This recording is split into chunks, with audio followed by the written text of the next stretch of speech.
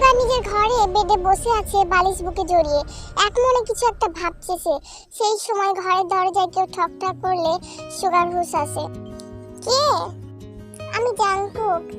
আয় ভেতরে আয়। জাংকুক ঘরে ঢুকে দরজা লক করে লাফ মেরে বেডে উঠে সুগার পাশে গিয়ে বসে। বানরের মতো লাফালাফি করতে হলে চিড়িয়াখানাতে যা, আমার ঘরে কি করছিস? কলা নেই আমার কাছে বাবা। চুপ করে থাক শিয়াল কোথাকার। কেন? ও আচ্ছা, আজকে তো তোর লাফালাফি করার কারণ আছে। নাচ করেছিস কিনা বইয়ের সাথে বুঝতে পারছি। তা নিজের ঘরে গিয়ে গান চালিয়ে নাচ, আমার ঘরে কি করছিস? আমি এসেছি বলে খুব সমস্যা হচ্ছে তো, তাই না? ফাইন, আমি চলে যাচ্ছি। ড্রামাবাজ একটা। এই তুই কি বলতে চাইছিস? আমার মধ্যে কি কোনো কমন সেন্স নেই নাকি? সবে তৈরি হয়েছে। সে যাই হোক, আছে তো। সুগা সামান্য হাসে জাংকুকের ব্যবহার দেখে। জাংকুক এবার সিরিয়াস হয়ে সুগাকে জিজ্ঞেস করে, কি হয়েছে তোর? বিকেল থেকে দেখছি কেমন চুপচাপ। অফিসে কোনো প্রবলেম নাকি? জিমিনের সাথে কিছু হয়েছে? কোনটা বলতো? কিছু না, বাদ দে। আমার ভালো লাগছে না এইসব নিয়ে কথা বলতে। এইসব নিয়ে কথা বলতে ভালো লাগছে না, কিন্তু ভাবতে ভালো লাগছে, এমন কেন?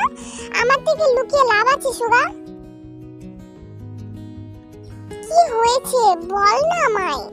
সুগা উঠে দাঁড়িয়ে ধীরে ধীরে সবটা বলল জাংকুককে, যা যা ও দেখেছে ভার্সিটিতে। ওয়েট সুগা, আরে গাধা, জিচাং জিমিনকে ভালোবাসে না, তেকে ভালোবাসে। সুগা জাংকুকের কথাটা বুঝতে এক লাফ মেরে জাংকুকের কাছে যেতে দেরি হলো না। জাংকুকের কাছে উঠে বসলেই জাংকুক বলে, এইবার তুই কেন বানরের মতো লাফালি? আমাকে তো খুব বলছিলি। এই জাংকুক, তোকে আমি না পুরো কলার কাঁদি কিনে দেবো রে ভাই আমার। আমাকে পুরো ব্যাপারটা বোঝা, আমি বুঝলাম না কিছু। এই ছাড় আমাকে, আমি আর তোর সাথে কোনো কথাই বলতে চাই না এখন। আচ্ছা আর বলবো না, কিন্তু তুই আমাকে বোঝা ভাই। এটা তুই কি বললি? জিমিনের থেকে তো তুই আমার রাতের ঘুম কেড়ে নিলি। আশার আলো দেখি এভাবে নিভিয়ে দিস না, বল না ভাই। তোরে না আমি সেদিন প্রেমের মানে বোঝালাম, তুই আমার সাথে এমন করবি প্লিজ? ঠিক আছে, অত পাম দেওয়া লাগবে না, বলছি তো। হ্যাঁ বল, তাড়াতাড়ি বল, আমার যেন ধৈর্যটা হারিয়ে ফেলছি আমি। জিচাং তেকে ভালোবাসে এটা আমি আন্দাজ করেছি। ব্রাইটকে নিয়ে আমার রিঅ্যাকশন দেখে জিচাং মেবি কিছু একটা আন্দাজ করেছে আমাকে আর তেকে নিয়ে। ওফ, মেবি। আরে সেটা আমাদের দুজনকে নিয়ে ও কি ভাবে সেটা নিয়ে। তেকেও ভালোবাসে এটা শিওর। ওর বিহেভিয়ারে আমি বুঝে গেছি। আমি তো কি জিমিন আর তেও জানে। দেখ গিয়ে, তুই সবে এসেছিস তাই জানিস না, কারণ জিচাংয়ের সাথে তো তোর আজকেই দেখা। তাহলে জিমিন কি করছিল ওর সাথে? দেখ গিয়ে হয়তো সান্ত্বনা দিচ্ছিল, তুই জানিস না ও হলো একটা আমাদের সান্ত্বনা মাসি।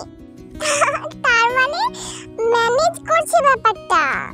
আমার যতদূর মনে হয় জিচাংকে জিমিন সবটা জানিয়ে দিয়েছে, তাই জিচাং গায়েব ছিল। এখন এ ব্যাপারে তে কি জানে সেটা আমি জানি না। জিমিন আমাদের মাঝখানে দ্বিতীয় কাউকে আসতে দেবে না, এই জন্যই তো ওকে রেখেছি। উফ, আমি বাঁচলাম।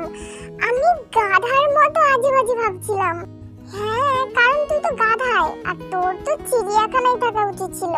আমি বরং যাই, আন্টিকে বলি তুই তের সাথে বিয়ের পর থেকে কেমন ব্যবহার করেছিস আর কি বলিস। শোনা ভাই আমার, আমি না তোকে কষ্ট থেকে মুক্তি দিলাম। হ্যাঁ, তুই আমার সাথে এমন করবি? এমন করে না ভাই আমার। अब आया ना उठ पहाड़ के नीचे, चल ग्रेजुएट हवा आने दे। কি দিনকাল পড়লো রে বাবা। হ্যাঁ যে বানর চিড়িয়াখানাতে না থেকে ঘরে থাকছে তো। তোকে তো আমি। জাংকুক আর সুগা ঘরের মধ্যে দৌড়াদৌড়ি শুরু করলো। একটা সময় হাঁপিয়ে গিয়ে একজন সোফায় আর একজন বেডে শুয়ে পড়লো। হাসতে হাসতে দুজনকে বালিশ ছুটতে লাগলো। এ ভাই সত্যি কথা বলতো, হেব্বি ভয় পেয়েছিলি বল তুই? না, ভয় পেয়ে কি উপায় আছে? এটা আমার ভাগ্য বস। যা চাইবো তা সহজে তো দূর কঠিন ভাবেও পাওয়ার চান্স নেই বললেই চলে। সবটা ঠিক হয়ে যাবে দেখিস। জিমিন সত্যিটা জানলে তোর উপর আর অভিমান করে থাকবে না। কিন্তু এই যে তুই কিন্তু বললি না, তোর এই কিন্তুটা নিয়েই আমার ভয়। আর দেখিস আমরা যেটা ভাবছি সেটাই হবে। তার থেকে মারাত্মক কিছু হলেও অবাক হব না আমি। এখন ঘুম দে, কালকে সকালে তাড়াতাড়ি ভার্সিটিতে যেতে হবে। একটা কাজ করিস, কালকে তুই জিমিন আর তেকে নিয়ে ভার্সিটি চলে আসিস, আমি আগে চলে যাব। হ্যাঁ ঠিক আছে, আসল কথা তো তুই বলবি, আমি না হয় পরে গিয়ে ম্যানেজ করে নেব। ঠিক আছে।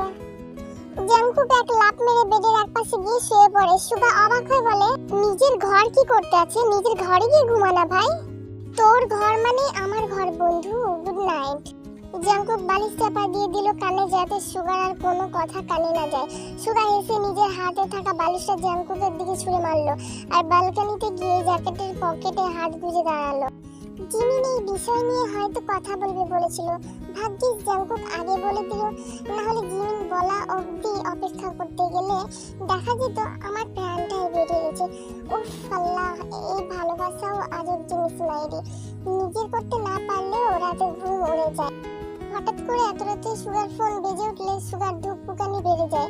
ফোনের দিকে তাকাতেই দেখে জিমিন ফোন করেছে।